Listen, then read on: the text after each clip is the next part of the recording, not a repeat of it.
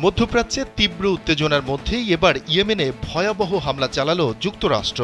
দেশটির সশস্ত্র বিদ্রোহী গোষ্ঠী হুতিদের নিশানা করে চালানো হয় এই হামলা। শনিবার ব্রিটিশ সংবাদ মাধ্যম বিবিসির এক প্রতিবেদনে এই তথ্য জানানো হয়েছে। মার্কিন সেনাবাহিনী জানিয়েছে তারা হুতিদের অন্তত 15টি নিশানায় হামলা চালিয়েছে। পেন্টাগন জানায় যুদ্ধ বিমান ও রণতরী ব্যবহার করে এই হামলা চালানো হয়েছে। মূলত জাহাজ চলাচল ব্যবস্থার সুরক্ষায় এই হামলা চালানো হয়। বিবিসি জানিয়েছে ইয়েমেনের রাজধানী সানা সহ বিভিন্ন জায়গায় বিস্ফোরণের শব্দ শোনা গেছে। এর আগে বৃহস্পতিবার ব্রিটেনের তেলবাহী ট্যাঙ্কারে হামলা চালায় ইয়েমেনের সশস্ত্র বিদ্রোহী গোষ্ঠী হুতি।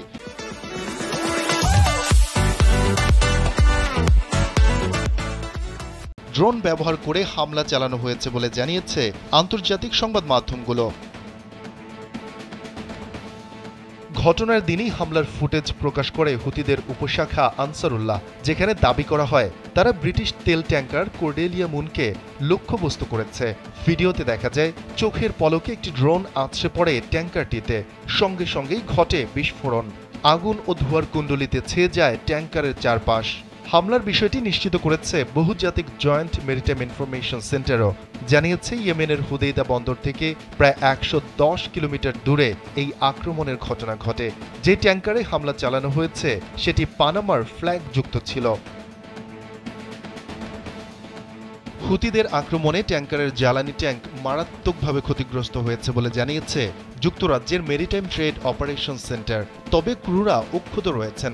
সবশেষ খবরে বলা হয়েছে এটি আশপাশের নিরাপদ কোনো বন্দরে নোঙর করাতে নিয়ে যাওয়া হচ্ছে। গাজা যুদ্ধ শুরু হওয়ার পর থেকেই হুতিরা ইসরায়েলি বাণিজ্যিক জাহাজ এবং ইসরায়েলি বন্দরে যাওয়া জাহাজগুলোকে লক্ষ্য করে হামলা চালিয়ে আসছে।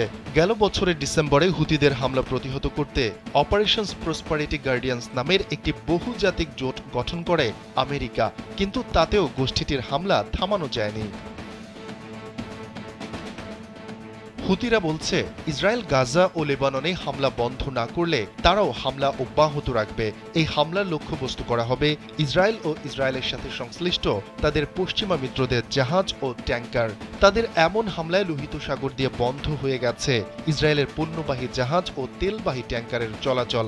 ফলে বিশাল বাণিজ্যিক ক্ষতির সম্মুখীন হচ্ছে তেল আবিব।